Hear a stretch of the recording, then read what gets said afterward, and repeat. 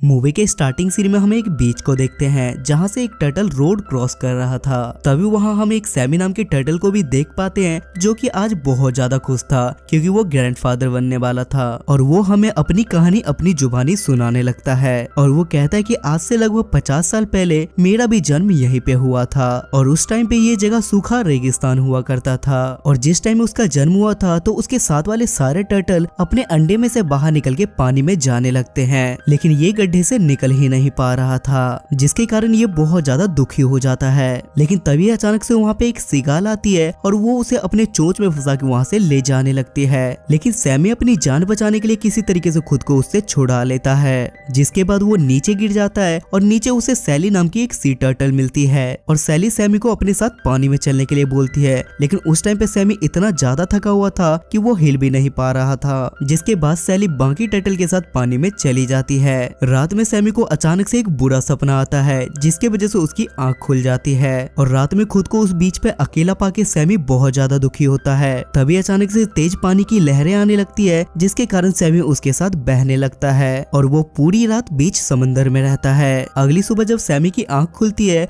तो उसे उसके सामने 3 बड़े टर्टल दिखाई देते हैं, जिसके बाद सैमी पानी में जाने की कोशिश करता है, लेकिन ये सारे बड़े टर्टल उसे डरा देते हैं और ये लोग उसे बोलते हैं कि पानी के अंदर एक बड़ी सी शार्क मछली है जो तुम्हें जिंदा खा जाएगी, जिसके कारण सैमी काफी ज्यादा डर जाता है। जिसके बाद उनमें से एक टर्टल सैमी को समझाती है कि तुम्हें कभी भी किसी के बातों में नहीं आना चाहिए और तुम्हें अपने मन की बात मान के आगे बढ़ते रहना चाहिए, और ये बोलने के बाद वो लोग वहाँ से चले जाते हैं। जिसके बाद सैमी किसी तरीके से हिम्मत करके पानी के अंदर जाने की कोशिश करता है, लेकिन तभी अचानक से उस पे एक फिराना मछली हमला कर देती है, जिसके बाद सैमी ऊपर जाके पानी के अंदर देखता है और अंदर उसे बहुत सारे जीव नजर आते हैं, जिसे देखने के बाद वो बहुत ज्यादा डर जाता है। दूसरी तरफ हम एक रे नाम के टर्टल को देखते हैं जो बिल्कुल सैमी की तरह ही अकेला था और वो दूसरे टर्टल के ग्रुप में ज्वाइन होने की कोशिश करता है, लेकिन वो टर्टल उसे वहाँ से भगा देते हैं। उसके बाद थोड़ी ही दूर में रे को सैमी मिलता है और उसके बाद ये दोनों एक दूसरे को अपनी पहचान बताते हैं, जिसके बाद इन दोनों को पता चलता है कि इन दोनों का जन्म एक ही दिन और एक ही बीच पर हुआ था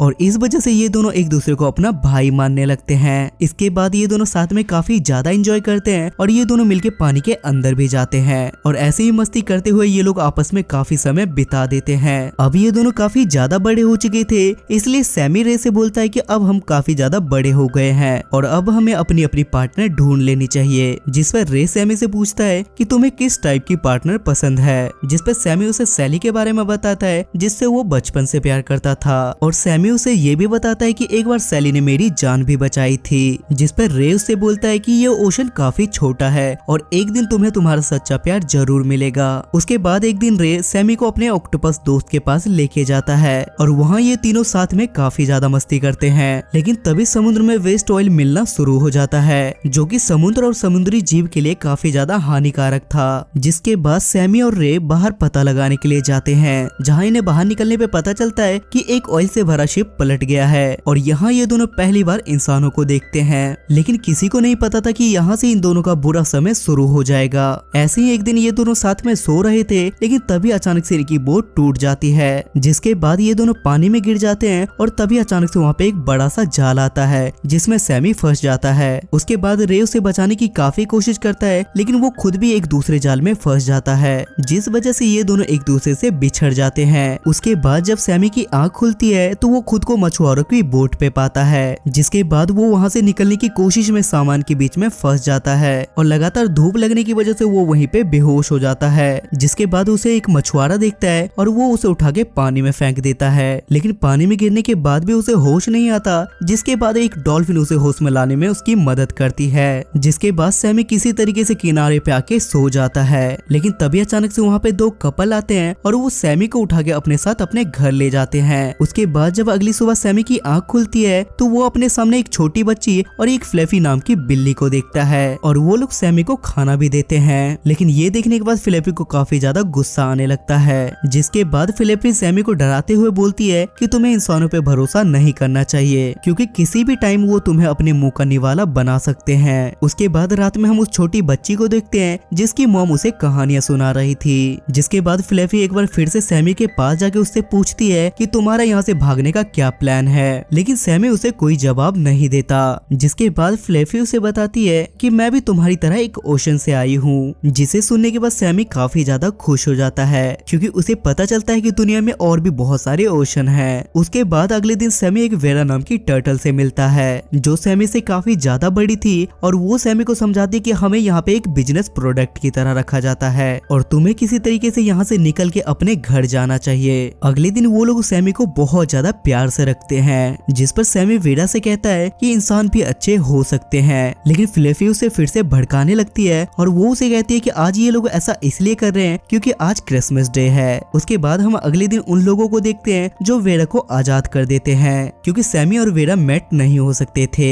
जिस पर फ्लफी फिर से सैमी को भड़काती है और कहती है कि उन्होंने उसको इसलिए छोड़ा क्योंकि उसकी शेल बहुत ज्यादा हार्ड हो गई थी और उसका चिकन सूप नहीं बनाया जा सकता था। लेकिन उसी रात उस बीच पे पुलिस आ जाती है और वो उन लोगों को उस जगह को खाली करवाने लगती है। तब फ्लफी एक बार फिर से सैमी के पास जाती है और वो उससे बोलती है कि अभी तुम्हारे पास भागने का बहुत अच्छा मौका है, जिस वजह से सैमी भी उसकी बात मान के वहीं पे छुप जाता है और वो लोग वहाँ से चले जाते हैं। जिसके बाद सैमी वहाँ पे काफी समय तक अकेला ही रहता है। लेकिन एक दिन वो हिम्मत करके पानी के अंदर चला जाता है और भूख लगने की वजह से वो लकड़ियों को खाने लगता है। समुद्र के अंदर बहुत ज्यादा कचरा था और उस कचरे की वजह से उसका मुंह एक प्लास्टिक बैग में फंस जाता है। जिसके बाद अचानक से वहाँ पे वीरा आती है और वो उसे बचा लेती है, जिससे सैमी दोबारा मिलके बहुत ज्यादा खुश होता है। जिसके बाद वीरा सैमी को पानी के काफी ज्यादा अंदर ले जाती है और वहाँ जाने के बाद सैमी पेट भर के वहाँ पे सी फूड खाता है। जिसके बाद सैमी को एक आवाज सुनाई देती है और जब वो चेक करने के लिए जाता है तो वहाँ एक और टर्टल थी जिसके पीछे शार्क लगा हुआ था। जिसके बाद सैमी उस टर्टल की मदद करता है और वो दोनों शार्क से बचने के लिए एक होल में जाके छुप जाते हैं। जिसके बाद पीछे से वेरा आ जाती है और वो किसी तरीके से उस शार्क को वहाँ से भगा देती है और उसके बाद सैमी को उस टर्टल से बात करने के बाद पता चलता है कि वो सैली है, जिसे सैमी बरसों से ढूंढ रहा था। जिसे देखने के बाद वो दोनों काफी ज्यादा खुश हो जाते हैं और तब वेरा भी वहाँ से चली जाती है और उसके बाद ये दोनों साथ में काफी ज्यादा टाइम स्पेंड करने लगते हैं। जिसे देखने के बाद सैमी को लगता है कि भले ही लाइफ में कितनी भी प्रॉब्लम क्यों ना हो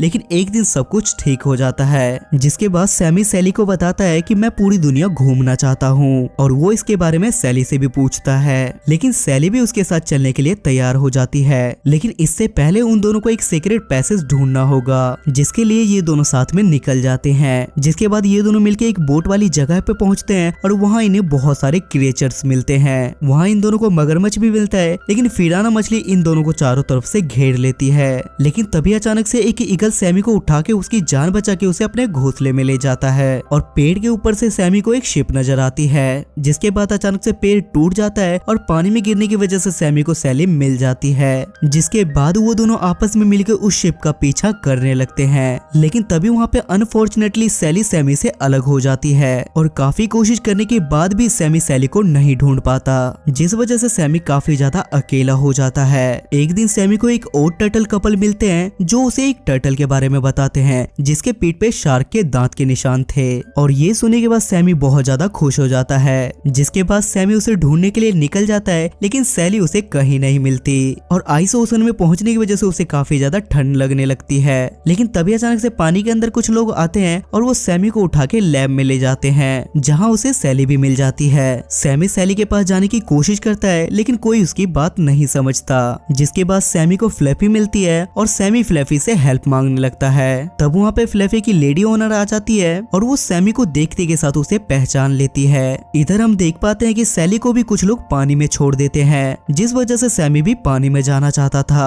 और उसकी पानी में जाने की एक्साइटमेंट देख के वो लेडी सैमी को भी पानी में छोड़ देती है। पानी के अंदर जाने के बाद सैमी को दो और टर्टल मिलते हैं और वो एक तीसरे टर्टल को ट्रैप में से निकालने के लिए उसकी मदद मांगते हैं। और उसके बाद जब सैमी उस फंसे हुए टर्टल को देखता है तो वो दोनों एक दूसरे को देख के काफी ज्यादा खुश हो जाते हैं, क्योंकि वो सैमी का पुराना दोस्त रे था। जिसके बाद ये तीनों किसी तरीके से रे को बाहर निकाल लेते हैं। जिसके बाद रे सैमी को अपने साथ ले जाके रीता नाम की एक टर्टल से मिलवाता है जो कि उसकी पार्टनर थी, जहाँ सैमी रीता को सैली के बारे में बताता है। तब रीता सैमी को बताती है कि थोड़ी देर पहले मैंने सैली को यहीं पर देखा था और अब वो यहीं रहती है। लेकिन जब सैमी सैली को देखने के लिए जाता है तो वो एक दूसरे टर्टल के साथ थी, जिससे सैमी को लगता है कि ये उसका नया पार्टनर है और वो उससे मिले बिना ही रीता और रे के पास चला आता है। और सैमी ने वहाँ पे जो कुछ भी देखा था वो सारी बातें वो इन दोनों को बता देता है, जिस पर रीता उसे समझाती है कि वो दूसरा टर्टल रॉबी है जो कि हर किसी टर्टल से फ्लर्ट करता है और वो ऐसा सबके साथ करता है।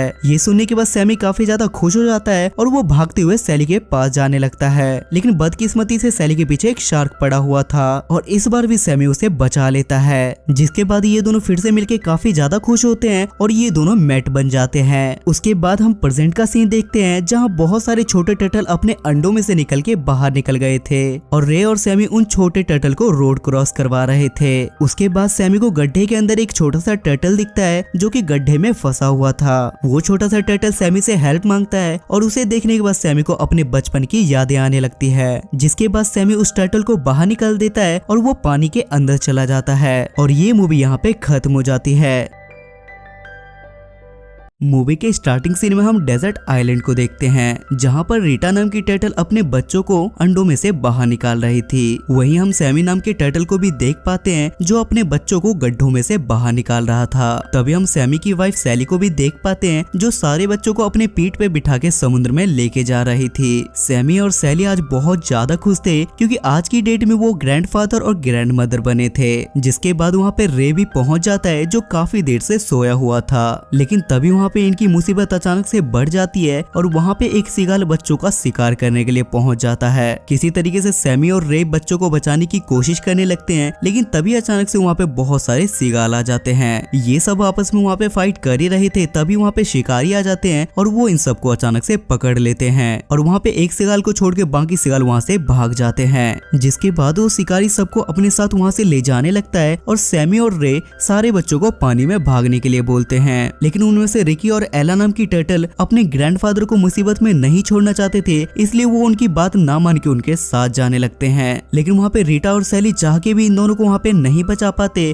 क्योंकि उन्हें अपने और भी बच्चों को बचाना था। जिसके बाद वो शिकारी सबको अपने साथ वहाँ से ले जाता है और बोट पे जाने के बाद वो सब लोगों को वाटर टैंक में डाल देता है। जिसके बाद ये सब बाहर निकलने की काफी ज्यादा कोशिश करते हैं, लेकिन काफी कोशिश के बाद भी ये लोग बाहर नहीं निकल पाते। तभी इन्हें पानी के अंदर एक लू नाम का केकड़ा मिलता है जिसका मूड हमेशा खराब ही रहता था। तभी हम रिकी और एला को भी देख पाते हैं जो जाल में किसी तरीके से फंस के जानबूझ के अपने ग्रैंडफादर के पास पहुंच जाते हैं और उसे वहां इस हालत में देखने के बाद सैमी और रे का मूड काफी ज्यादा ऑफ हो जाता है। जिसके बाद सैमी और रे मिलके उन बच्चों को वहां से बाहर निकालने की कोशिश करने लगते हैं, लेकिन वो बच्चे वहां से उन्हें छोड़ के अकेला जाना ही नहीं चाहते थे और वो दोनों वापस से पानी के अंदर चले जाते हैं। जिसके बाद सैमी बाहर सीगाल को देखता है और उसे देखने के बाद उसे उससे हेल्प मांगने का एक आइडिया आता है, लेकिन इस बात पे रे सैमी से कहता है कि हमें पक्षियों पे भरोसा नहीं करना चाहिए। लेकिन सैमी रे की बात नहीं मानता और वो सीगाल से डील करने लगता है और वो उस सीगाल से कहता है कि मैं तुम्हें यहाँ से आजाद कर दूंगा, लेकिन बदले में तुम्हें मेरे दोनों बच्चों को उनके ग्रैंड मदर के पास पहुँचाना होगा। जिसपे सीगाल भी उसकी बात मान लेता है और जैसे ही सैमी उसे आजाद करता है तो वो बाहर निकलने के बाद बोलता है कि आज के बाद मैं कभी भी किसी कछुए को नहीं खाऊंगा, और ये बोलने के बाद वो वहाँ से चला जाता है। जिसे देखने के बाद इन्हें लगता है कि शिगाल ने उसे धोखा दिया है, लेकिन थोड़ी देर के बाद सीगाल अपने कूड़े झुंड के साथ वहाँ पे उनकी मदद के लिए पहुंच जाता है। जिसके बाद ये सारे सीगाल उन लोगों से लड़ाई करने लगते हैं, लेकिन इसका कोई भी फायदा नहीं होता और यहाँ पे नाकाम कोशिश करने के बाद उन लोगों को वहाँ से जाना पड़ता है। जिसके बाद रिकी और एला को पानी के अंदर जैम्बो नाम की एक फिश मिलती है। जिसके बाद सैमी उसके पास जाके पूछता है कि तुम्हें पता है कि इस समय हम कहाँ पे हैं और हमें कहाँ ले जाया जा रहा है। तब जैम्बो उसे बताता है कि इन लोगों ने पहले भी मुझे पकड़ा था और ये लोग मुझे एक बड़े से एक्वेरियम में ले गए थे और वहाँ जाने के बाद इन्होंने मेरे को समुद्र में वापस से फेंक दिया था, लेकिन बदकिस्मती से मैं दोबारा पकड़ा गया हूँ। जिसके बाद अगली सुबह हम इन लोगों को देख पाते हैं जहाँ ये मछुआरा एक बड़े से एक्वेरियम के मालिक को इन लोगों को बेच देता है, लेकिन किसी तरीके से छोटे होने की वजह से रिकी और एला उसी पानी के नीचे छुप गए थे। जिसके बाद इन्हें दुबई के एक बड़े से अंडर वाटर एक्वेरियम में ले जाया जाता है जहाँ पे बहुत सारे अमीर लोग एंजॉय और चीजों को एक्सप्लोर करने के लिए आते थे और ये सब देखने के बाद सैमी को काफी ज्यादा अजीब महसूस होता है। लेकिन जब सैमी देखता है कि रिकी और एला उसके साथ नहीं है तो ये देखने के बाद वो काफी ज्यादा परेशान हो जाता है। इधर हम रिकी और एला को भी देख पाते हैं जो पुराने वाले वाटर टैंक में ही छुपे हुए थे, लेकिन तब वो शिकारी उस फिश टैंक को साफ करने लगता है जिस वजह से एला और रिकी पानी के अंदर चले जाते हैं और वो दोनों मिलके बीच समंदर में पहुंच जाते हैं। इधर एक्वेरियम के अंदर सैमी को 2 मछलियां मिलती है जो उसे बताती कि तुम्हें यहाँ पे बिग डी ही बचा सकता है और उन दोनों को बात करते हुए बिग डी के चमचे भी सुन सुन लेते हैं और वो सारी बातें अपने बॉस को जाके बता देते हैं। इनका बॉस देखने में तो काफी ज्यादा छोटा था लेकिन उसका दिमाग बहुत ज्यादा तेज था। लूकास और एडम अपने मालिक को ये भी बताते हैं कि जैम्बो फिर से वापस आ गया है। जिसके बाद ये सब लोग उससे मिलने के लिए जाते हैं और वहाँ पहुँचने के बाद सब लोग एक दूसरे को अपनी पहचान बताते हैं। जिसके बाद वहाँ पे ये लोग एल्बर्ट नाम के एक फिश को देखते हैं जो हमेशा वहाँ के कांच तोड़ने की कोशिश में लगा हुआ था। उसके बाद आगे जाने पे इन्हें पता चलता है कि बिग डी ने लू को वहाँ पे बांध रखा है और पूछे जाने पे वो बताता है कि ये बहुत ज्यादा घमंडी है और ये लोगों पे बहुत ज्यादा तानाशाही करता है। जिसे देखने के बाद सैमी उसे छोड़ने के लिए बोलता है और ये लोग उसे आजाद कर देते हैं। जिसके बाद वो उनके साथ एक खुफिया जगह पे चला जाता है जहाँ पे बहुत सारे लोग उसकी बात मान के वहाँ से बाहर निकलने का रास्ता बना रहे थे। जिसके बाद हम वहाँ पे एक जैक नाम के फिश को भी देख पाते हैं जो कि काफी ज्यादा डरा हुआ था क्योंकि उसे ये लग रहा था कि इंसान उसे कभी भी किसी भी समय फ्राई करके खा सकते हैं। जिसपे बिग डी उसे शांत करते हुए बोलता है कि तुम हमेशा हमारे साथ रहना। दूसरी तरफ हम रिकी और एला को भी देख पाते हैं जो अपने ग्रैंडफादर की खोज में अभी भी लगे हुए थे और उनको ढूंढते हुए वो दोनों एक स्कैरी जगह पे पहुंच जाते हैं। जिसके बाद इन्हें रास्ते में एक एनाबेल नाम की ऑक्टोपस मिलती है जो कि दिखने में काफी ज्यादा क्यूट थी। जिसके बाद ये लोग आपस में दोस्त बन जाते हैं और तभी एक मछलियों का बड़ा सा झुंड इनके पीछे आ जाता है और ये लोग एक गड्ढे में जाके छुप जाते हैं। लेकिन तभी वहाँ पे अचानक से एनाबेल की माँ मार्गेट आ जाती है और वो इन सब लोगों को एक साथ देख लेती है। तब वहाँ पे रिकी और एला एनाबेल की मॉम मार्गेट से खुद को इंट्रोड्यूस करते हैं और वो उन्हें बताते कि हम यहाँ पे अपने ग्रैंडफादर को ढूंढने के लिए आए थे और उन्हें ढूंढने के लिए ये लोग मार्गेट से हेल्प भी मांगते हैं। जिसपे मार्गेट भी उनकी बात मान लेती है और ये सब लोग मिलके रिकी और एला के ग्रैंडफादर को ढूंढने के लिए निकल जाते हैं। इधर हम फिर से लू को देख पाते हैं जो कुछ इंसानों को केकड़ों को मार के खाते हुए देख लेता है जिसे देखने के बाद उसकी हालत बहुत ज्यादा खराब हो जाती है। जिसके बाद वो सैमी और रे के पास जल्दबाजी में जाके ये सारी बातें बताने लगता है लेकिन कोई भी उसकी बातों पे ध्यान नहीं देता। तब वहाँ पे जैम्बो सैमी और रे को अपनी वहाँ से भागने की कहानी बताता है और वो उन्हें बताता है कि मैं यहाँ से एक दिन मरने का नाटक करके भागने वाला था क्योंकि ये लोग मरी हुई मछलियों को वापस से पानी में फेंक देते हैं और वो भी मुझे पानी में फेंकने ही वाला था लेकिन तभी अचानक से उसका फोन आ जाता है। जिसके बाद वो फोन में काफी ज्यादा बिजी हो गया था और मैं वहाँ से भाग गया था। जिसके बाद इनकी सारी बातें बिग डी भी सुन लेता है और वो इनके पास आके इन्हें एक आइडिया देता है। जिसके बाद वो उन्हें अपने साथ बाहर निकलने के रास्ते पे ले जाता है लेकिन वहाँ पे लू एक वैक्यूम पंप में फंस जाता है और वो वहाँ से बाहर निकल जाता है और उसे देखने के बाद सब लोगों को लगता है कि लू वहाँ पे मर गया है। जिसके बाद सैमी बिग डी से कहता है कि तुम्हारा आइडिया बिल्कुल बकवास था। तब बिग डी उसे कहता है कि इसमें मेरी कोई भी गलती नहीं है। जिसके बाद ये लोग आपस में दूसरा प्लान बनाते हैं जहाँ इन्हें डॉल्फिन के मुंह में घुस के पुल के बाहर निकलना था लेकिन इनका ये आइडिया भी वहाँ पे फेल हो जाता है। जिसके बाद सैमी वहाँ पे सोचने लगता है कि हमें किसी तरीके से यहाँ से बाहर निकलना होगा लेकिन तभी उनके पास जैम्बो आता है और वो उन्हें बताता है कि मैंने अभी थोड़ी देर पहले यहाँ पे रिकी और एला को देखा है जो कि मार्गेट की मदद से सच में वहाँ पे पहुंच गए थे और ये सुनने के बाद सैमी और रे काफी ज्यादा खुश हो जाते हैं। जिसके बाद ये दोनों एक दूसरे को देख के भी आपस में नहीं मिल पाते क्योंकि उन दोनों के बीच में एक शीशे की दीवार थी। जिसके बाद सैमी रिकी और एला के पीछे दो खतरनाक मछलियों को देखता है और उसके बाद वो दोनों मछलियां इन दोनों के पीछे पड़ जाती है और ये दोनों भी किसी तरीके से अपनी जान बचा के वहाँ से बाहर निकल जाते हैं। इधर एनाबेल भी एक जगह पे फंसी हुई थी और वो जोर जोर से इन दोनों को आवाज लगाने लगती है। जिसके बाद ये दोनों वहाँ पे पहुँच के किसी तरीके से उसे वहाँ से बाहर निकाल देते हैं और वहाँ से वो अपनी माँ को बुलाने के लिए चली जाती है। जिसके बाद सैमी के पास एक आइडिया आता है और वो वहाँ से भागने का प्लान बनाने लगता है और वहाँ से भागने के प्लान के बारे में वो रिकी और एला को भी बताने लगता है लेकिन शीशे के उस पार होने की वजह से उनको कुछ आवाज सुनाई नहीं दे रही थी जिस वजह से सैमी उन्हें वहाँ पे एक्ट करके दिखाता है और ये लोग प्लान बनाते कि ये लोग वहाँ पे मरने का नाटक करेंगे जिस वजह से ये लोग उसे मरा सोच के वहाँ से बाहर फेंक देंगे। लेकिन रिकी और एला को अभी भी उनकी कोई भी बात समझ में नहीं आ रही थी। जिसके बाद रिकी और एला प्लान करते हैं कि ये लोग वेंट के द्वारा उनसे बात करेंगे लेकिन आगे होने वाली प्रॉब्लम से ये दोनों अनजान थे। लेकिन जैसे ही ये लोग बाहर निकलते हैं तो ये लोग पानी के बहाव में बाहर की साइड खींचने लगते हैं। जिसके बाद किसी तरीके से रिकी वहाँ पे लटक जाता है और एला फिसलते हुए अंदर की साइड चली जाती है लेकिन किसी तरीके से एला वहाँ वेंट तक पहुँच जाती है। जिसके बाद रिकी वहाँ पे हेल्प के लिए आवाज लगाने लगता है और उसके पास हेल्प के लिए एनेबल पहुँच जाती है और वो वहाँ पे अपनी मॉम मार्गेट को भी लेके आई थी। जिसके बाद मार्गेट रिकी को वहाँ से बाहर निकाल लेती है और इधर एला को भी सैमी के पूरे प्लान के बारे में पता चल चुका था। जिसके बाद एला भी इनके पास पहुँच जाती है और वो इनको सारे प्लान के बारे में बता देती है। तब एला मार्गेट से कहती है कि हमें तुम्हें डार्किंग स्प्रे की जरूरत पड़ेगी लेकिन ज्यादा डार्किंग की डिमांड होने की वजह से वो अपने सारे दोस्तों को भी वहाँ पे बुला लेती देती है। जिसके बाद सैमी और रे कहते हैं कि तुम्हें हम इस चीज के बारे में ऑर्डर देंगे और सैमी एक्वेरियम के सारे जीव के पास जाके अपने सारे प्लान के बारे में बता देता है। लेकिन यहाँ पे बिग डी को उसका आइडिया बिल्कुल भी सही नहीं लगता, क्योंकि उसे लग रहा था कि सैमी मेरी गद्दी छीनना चाहता है, इसलिए उसे उस पर बहुत ज्यादा गुस्सा आता है। जिसके बाद वो एक ट्रैप से सैमी को खत्म करने की कोशिश करने लगता है, लेकिन तभी अचानक से वहाँ पे रे पहुंच जाता है और वो बिग डी के चमचों से फाइट करने लगता है। लेकिन तभी अचानक से सारे जीव वहाँ पे इकट्ठा हो जाते हैं और उन्हें वहाँ पे बिग डी का आइडिया पता चल जाता है और वो सारे जीव समझ जाते हैं कि बिग डी कभी नहीं चाहता था कि वो लोग यहाँ से फ्री हो पाए और बिग डी ऐसा इसलिए चाहता था कि वो उन लोगों का हमेशा नेता बन के रहना चाहता था।